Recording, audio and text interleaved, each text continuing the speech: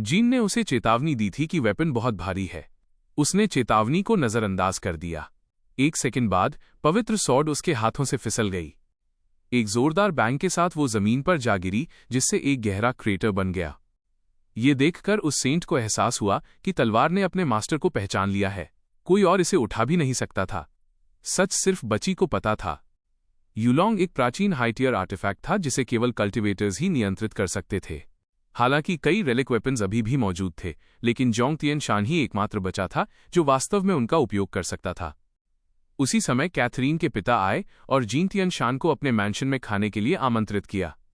ये सोचकर कि वो उस मील से कितना पैसा निचोड़ सकता है, उसकी आंखें चमक उठीं। वह खुशी से कैथरीन का हाथ पकड़कर मुस्कुराया। तुम्हारे पिताजी बुला रहे हैं। डिनर के लिए घर चलने का समय हो गया है। जल्द ही वे ग्रैंड स्टीव एस्टेट पहुंचे। इसके आलीशान स्टाइल से प्रभावित होकर जोंग तिएनशान ने तुरंत सॉर्ड निकालने के लिए पेमेंट मांगी। स्टीव बस मुस्कुराया और कहा, नेम योर प्राइस, जिस पर वो सचमुच हैरान रह गया। बैंक्वेट के दौरान कैथरीन ने उन मैजिक कोर्स का जिक्र किया जो उन्हें पहले मिले थे। उसने समझाया कि मैजिक कोर्स का इस्तेमाल मुख्य रूप से इक्विपमेंट को मजबूत करने के लिए किया जाता है। जोंग तिएनशान के पास जो लेवल 4 कोर था, वो इस शहर में पूरा एक घर खरीदने के लिए काफी था। यह सुनकर वो स्तब्ध रह गया। मैं अमीर बनने वाला हूं, उसने सोचा। इससे पहले कि वो जश्न मना पाता, वो डैम ड्रैगन, तुमने पूरा मैजिक कोर निगल लिया? बुरा नहीं। क्या तुम्हारे पास और हैं? शुन, मैं सेकंड्स के लिए जा सकता हूं। तुम कमीने छिपकली, जोंग तिएनशान चिल्लाया। तुमने अभी मेरा घर खा लिया। मैंने उस कोर को मॉन्स्टर स्कल से निकाला था। मेरा घर वापस थूक दो। जैसे ही दोनों बहस कर रहे थे, अन्य नोबल फैमिलीज उपहार लेकर पहुंचे। सबसे पहले 30,000 स्पिरिट ऑब्स और एक प्रॉपर्टी डीड आया। नोबल्स का टिपिकल नजारा, अमीर और भड़कीला। ड्यूपॉन्ट फैमिली ने एक पूरा पैलाडिन आर्मर सेट पेश किया, लेकिन जोंग तिएनशान को इसमें जरा भी दिलचस्पी नहीं थी। इसे कैश में बेच दो, उसने सपाट लहजे में कहा। फिर 3 स्टनिंग मेड्स पास आईं। Onassis family special gifts, personally trained और सिलेक्टेड। मास्टर जो भी चाहते हैं हम खुशी से वो भी करेंगे। लेकिन जोंग तिएनशान, हमेशा की तरह जेंटलमैन ने पलक भी नहीं झपकाई। उन्हें भी बेच दो और साथ ही बटलर को भी। मेड्स जम गईं। उन्हें अपने जीवन में कभी वापस नहीं लौटाया गया था। आखिरी में होली क्रॉस ऑर्डर से मेल पहुंची। उसने श्रद्धापूर्वक जीन तिनुआन की चेस्ट पर एक नाइट मेटल लगाया, सम्मान और अधिकार का उच्चतम प्रतीक। जोंग तिएनशान ने आह भरी, क्या मैं इसे भी कैश करा सकता हूं? मेल धीरे से मुस्कुराई। मुझे डर है कि नहीं। यह मेडल आपको ऑर्डर की ओर से मान्यता देता है। इसके साथ आप रैंक डी से नीचे के किसी भी सदस्य को कमांड दे सकते हैं। कोई विकल्प न होने पर उसने इसे अनिच्छा से स्वीकार कर लिया। सेरेमनी के बाद मेल एक अजीबोगरीब रिक्वेस्ट लेकर जीन तिएनशान के पास पहुंची। वो उसे छूना चाहती थी। गलत मत समझिए, उसने जल्दी से समझाया। मेरा मैजिक मुझे डिफरेंट टाइप्स की पावर को महसूस करने की अनुमति देता है। मैं बस आपकी पावर को समझना चाहती हूं। आखिरकार एक 0 साइकिक पावर वाला आदमी पवित्र सॉर्ड को नहीं निकाल सकता। उसने अपना हाथ उसकी चेस्ट पर रखा, लेकिन लाख कोशिश करने पर भी वो साइकिक एनर्जी का एक निशान भी महसूस नहीं कर पाई। शायद मुझे थोड़ा और करीब जाना होगा। जैसे ही उसकी चेस्ट उससे सटी, मेल धीरे से हाँफ उठी। एक पावर सर्ज जो सभी मानसिक बल से परे थी, एक टाइडल वेव की तरह उसकी इंद्रियों से गुजर गई, उसके शरीर की हर नर्व को भर दिया। उसके घुटने जवाब दे गए और वो अभिभूत होकर गिर गई। ये किस तरह की एनर्जी है? अचानक बाहर केओस मच गया। एक काला ड्रैगन शहर में कहर बरपा रहा था। उसकी आग की सांस उसे एनगल्फ करने ही वाली थी। जीन तिएनशान बिना किसी झिझक के उसके सामने आ गया। चिंता मत करो, मैं संभाल लूंगा। एक शांत सांस छोड़ने के साथ उसने फ्लेम्स को ऐसे उड़ा दिया जैसे कि वे कुछ भी नहीं थे। हे स्वीट हार्ट, उसने मुस्कुराते हुए कहा। बाद में प्रोटेक्शन फी देना याद रखना। मेल भ्रम में पलकें झपकाई, गाल लाल हो गए। मेरे पास पर्याप्त स्पिरिट ऑब्स नहीं है। हो सकता है मैं दूसरे तरीकों से भुगतान कर सकूं, हीरो। इससे पहले कि वो खत्म कर पाती, ड्रैगन ने हमला कर दिया। घुटने टेक, जोंग तिएनशान ने ठंडा होकर कहा। एक हाथ उठाया। एक ही स्लैप ने जानवर को जमीन में धंसा दिया। जिस पल उसने उसे छुआ, उसने उसके शरीर के अंदर स्पिरिचुअल एनर्जी को पल्स करते हुए महसूस किया। यूलोन बोल उठा, मास्टर, ये प्राणी इमॉर्टल्स और डीमंस के बीच हुए महान वॉर में लड़ा था। इसने सदियों पहले एक सेक्रेड आर्टिफैक्ट को निगल लिया था और आर्टिफैक्ट की पावर ने इसे हजारों सालों तक टॉर्चर किया। इसने मेरी आभा को महसूस किया और रिलीफ की तलाश में आया। आर्टिफैक्ट जिंग तियोनशान मुस्कुराया और ड्रैगन को आकाश में किक कर दिया। फिर उसने अपनी ब्लेड को एक ही झटके में निकाला और एक ही स्लैश से लंबे समय से पीड़ित रेलिक को ड्रैगन के शरीर से बाहर निकाल दिया। ये मिरर ऑफ इटर्निटी नाम से जाना जाने वाला एक प्राचीन स्पेशल आर्टिफैक्ट था। इसके अंदर कोई खजाने जमा कर सकता था या यहां तक कि रह सकता था और कल्टिवेट कर सकता था। अपनी पीड़ा से मुक्त होकर काले ड्रैगन ने होश रीगेंड किए। अविश्वास में वो बड़बड़ाया, हाँ, तुम शिंटन सेक्ट के सेक्ट मास्टर हो। जी हो शिनशान, मैंने तुम्हें डीमन गॉड के साथ अंत तक लड़ते हुए अपनी आंखों से देखा था। फिर एक गूढ़ लहजे में उसने जोड़ा, तुम वो हो, फिर भी पूरी तरह से वो नहीं हो। जीन शिनशान ने माथे पर बल डाला। उसे रिडल से नफरत थी। क्या तुम सामान्य प्राणी की तरह बात नहीं कर सकते? लेकिन ड्रैगन बस घूरता रहा, कह रहा था कि उसका चेहरा तो वही है, फिर भी उसकी आभा पूरी तरह से अलग है। तुम्हारी पावर भी, ये पहले के तुम्हारे पीक से बहुत कमजोर है। तुम्हें क्या हुआ? और क्या डीमन गॉड अभी भी जिंदा है? मुझे क्या पता, जोंग तियानशान ने हंसते हुए कहा। हो सकता है वो बहुत पहले मर चुका हो। ड्रैगन गुस्से में दहाड़ा। ब्लास्फेमी!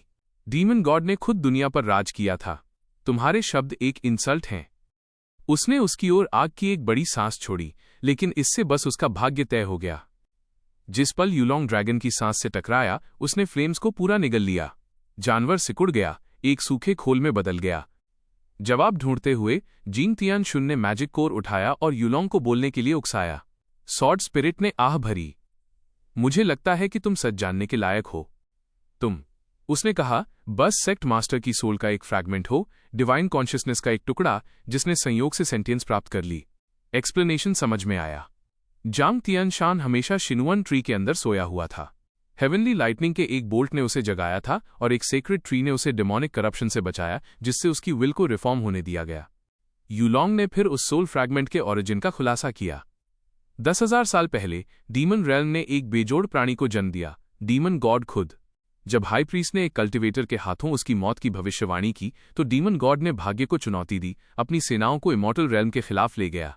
केवल एक आदमी अंत तक खड़ा रहा, जांग तियानशान, शिंतान सेक्ट का सेक्ट मास्टर। अंतिम क्लैश में उसने डीमन गॉड को अपनी सोल के अंदर सील कर दिया। इस प्रक्रिया में खुद भी मर गया। सौभाग्य से जिंग तियानशान ने एक बार शिनशन सीक्रेट आर्ट का अभ्यास किया था, जिसने उसकी डिवाइन सोल को 9 फ्रैगमेंट्स में विभाजित कर दिया, जो पूरी दुनिया में बिखरे हुए थे।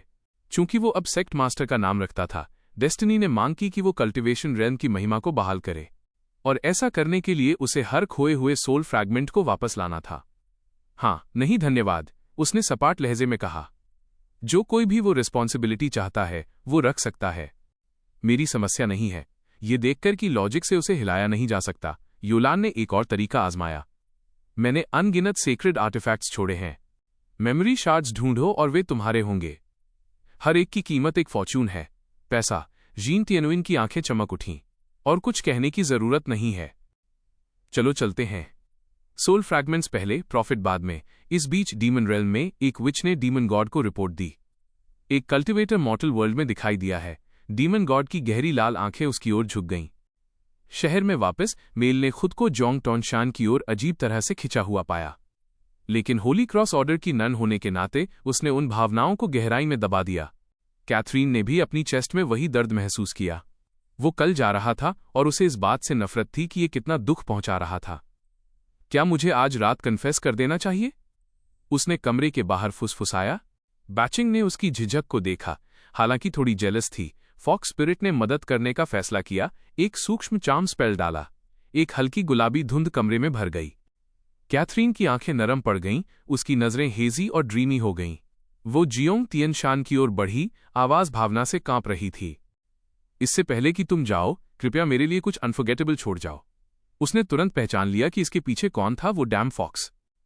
लेकिन कैथरीन के फ्लश चेहरे और कांपते होठों का सामना करते हुए उसे मना करना अनकाइंड लगा। अगली सुबह जिंग तियानशुन सड़क पर निकला तो देखा कि काल, वो ब्लॉन्ड पंख, उसका रास्ता रोक रहा है। इस बार काल के पास बैकअप था। उसकी माँ एस रैंक साइकिक जेनी, जो पवित्र सॉर्ड को अपने लिए हथियाना चाहती थी। वो उन 2 आदमियों के पिता को भी लाया था जिन्हें उसने मारा था, जोंग तियानशान पर हत्यारा होने का आरोप लगाते हुए। दोनों एस रैंकर्स भी थे। जिंग तियानशान बस हंसा। एस रैंक हूं? जो कोई भी मेरे पैसे के रास्ते में आता है वो मरता है। उसके चारों ओर एक थंडरस्टॉर्म की तरह पावर फूट पड़ी। परापा ने ताना मारा और एक थंडरबर्ड को समन किया। जोंग टोनशान ने थंडर ड्रैगन पियर्स से जवाब दिया, प्राणी को फाड़ते हुए। एलन ने ठीक समय पर अपनी शील्ड उठाई, शॉकवेव को मुश्किल से डिफ्लेक्ट करने के लिए अपनी सारी एनर्जी ड्रेनिंग कर दी। दोनों ने आंखें चौड़ी करके घूरा। वे आखिरकार अपने बीच के गैप को समझ गए। जेनी अप्रभावित ने अपना विप क्रैक किया। बेकार आदमी। विप आगे बढ़ी, एक स्टॉर्म में बरस रही थी, जिसका मतलब उसे टुकड़ों में फाड़ना था। कार्ल जोर से मुस्कुराया। मेरी मां को नाराज करने का यही नतीजा मिलता है। लेकिन जब धूल छटी, जोंग टोनशान अछूता खड़ा था, उसकी शील्ड चमक रही थी। विप्स हूं? उसने मुस्कुराते हुए कहा। क्यूट, लेकिन तुम्हारी ये आउटफिट महंगी लगती है। मैं इसे इसके बजाय लूंगा। जेनी का चेहरा क्रिम्सन हो गया, फिर पीला पड़ गया। वह मुड़ी और अपनी जान बचाने के लिए भागी। कार्ल जम गया, पैनिक रेंग रहा था। 3 एस रैंक्स और उनमें से कोई भी उसे छू नहीं सकता। जिंग त्योनशान ने आखिरकार अपना पेशेंस खो दिया। ठीक है ब्लॉन्डी, चलो मेरी नई अनड्रेसिंग सॉर्ट टेक्निक का टेस्ट करते हैं। लाइट के 2 फ्लैशेस हवा को चीर गए और कार्ल को अचानक एक ठंडी हवा महसूस हुई, क्योंकि उसके कपड़े का हर स्टिच अलग हो गया। तुम कमीने क्यों? वो चिल्लाया, चेहरा क्रिम्सन हो गया। तुम्हारी हिम्मत कैसे हुई मुझे ह्यूमिलिएट करने की? मैं तुम्हें मार डालूंगा। जैंग ने उसे नजरअंदाज कर दिया। उसकी निगाहें कार्ल की मां की ओर खिसक गईं। हिले मत, वरना तुम्हें पछताना पड़ेगा। जेनी अकड़ गई, पूरी तरह से गलत समझकर। वह चिल्लाई, मेरा बेटा पहले ही बड़ा हो चुका है, तुम और मैं कभी नहीं हो सकते। उसके हाथों के चारों ओर मैजिक सर्कल्स भड़क उठे। दर्जनों चमकते प्रोजेक्टाइल्स हवा में फूट पड़े। जीन ने आह भरी।